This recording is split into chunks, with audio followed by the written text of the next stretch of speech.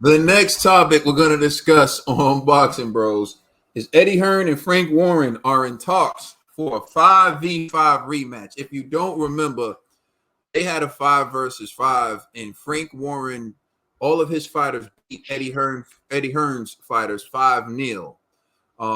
Trill Dollar Bill, they said they're in talks to have a rematch.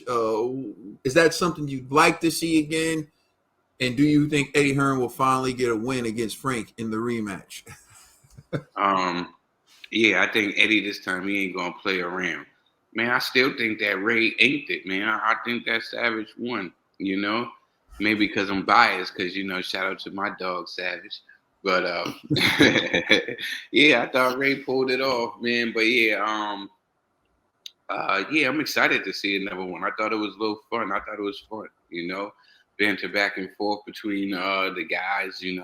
I thought it was good. Shout out to my man Willie. Willie gave my. I thought that was a good performance from him. It really.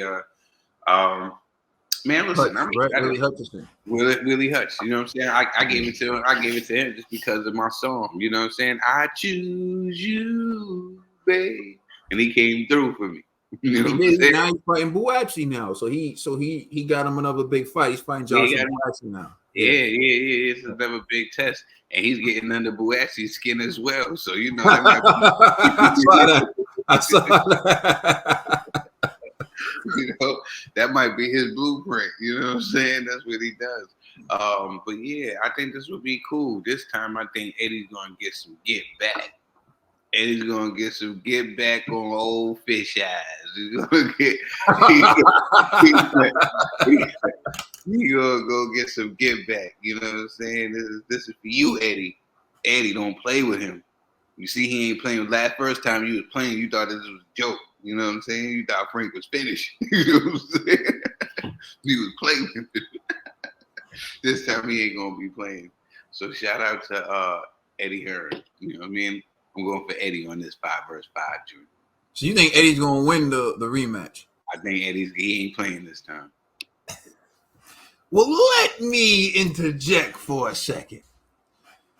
Eddie Hearn and Frank Warren. I think Frank Warren, the only way Eddie Hearn is going to win is if Frank Warren gets so comfortable that he underestimates Eddie and he thinks like he has it in the bag. But for me, Frank Warren has just been around the sport longer, understands the game longer. I feel like Eddie Hearn sometimes he can get caught up in the hype of a fighter. I think he becomes a fan of fighters just as much as the actual fans sometimes, and he forgets that he's supposed to be the guy who really sees a fighter for who they are and manage their career to build them to superstar potential. And when I point that out, I think some people get mad at me. It's not that I'm saying I want him to give fighters easy fights. But I do think there's a way you build a fight to where you can make max dollars off of it. And so for me, I do think sometimes Eddie throws them in before they're ready for the big stage and they do get beat.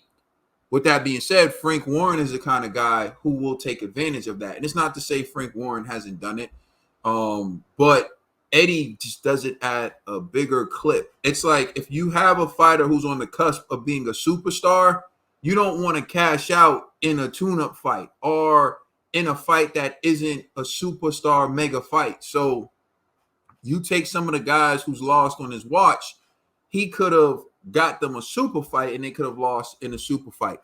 But with that being said, the 5v5, I like the format. I like the fact that you give up and coming fighters a chance to showcase their talent. As Trill pointed out, Willie Hutchinson had a chance to show who he was against Craig Richards, and now he's going on to fight Joshua Buatsi. So I think that that's a good thing. Nick Ball, Ray Ford, close fight. I thought that Ray Ford edged it, but again, I do think that Ray Ford spent too much time trying to be a pretty boxer, and by the time he realized, like, I'm not going to beat Nick Ball unless I slug it out with him, unless I hurt him, and he did that and he made an interesting fight. But there was some rounds in there that Nick Ball could take just based off pure aggression and activity, and he got those rounds. So you can't argue with that.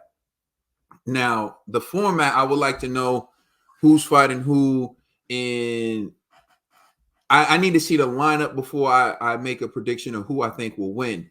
Who do I think is a better matchmaker? I think that Frank Warren's a better matchmaker. I think Frank Warren has shown over the years and throughout history that he has a better grasp on the sport of boxing and matchmaking than Eddie Hearn does.